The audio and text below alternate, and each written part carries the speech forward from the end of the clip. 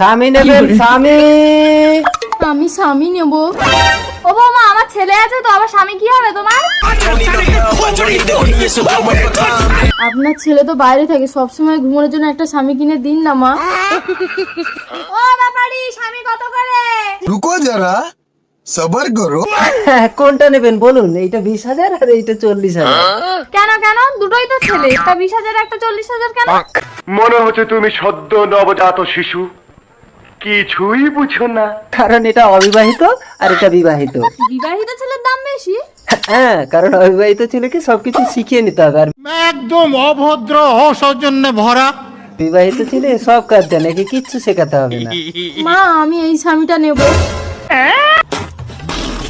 এই লেডিসটার দাম কত? ওইটা মেয়েও না আর মদ্দাও না, 60,000 টাকা দাম। এইটা নেন, ফসফস করবে কিন্তু কামড়াবে না, আপনার বৌমার কোনো ক্ষতি করবে না। কথা কি ক্লিয়ার না ভেজাল আছে? ঠিক আছে দিন। মা, আপনি আমাকে কি স্বামী কিনে দিলেন? স্বামী নেবেন স্বামী? ও ব্যাপারি, এদিকে এসো তো। কি হয়েছে, আপনার এটা লাগবে নাকি? বাঁশ গুজে দেব।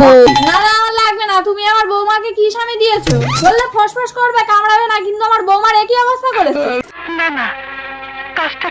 আরে ওটাকে আপনি বৌমার বিছানায় কেন শুতে দিয়েছেন? আপনি তো আপনার বিছানায় নিয়ে শুতে পারতেন।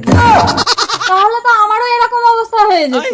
কেসটা তুমি ধরেই ফেলেছো। আপনার একটু হতো, কিন্তু আপনার বৌমাটা তো ভালো থাকতো।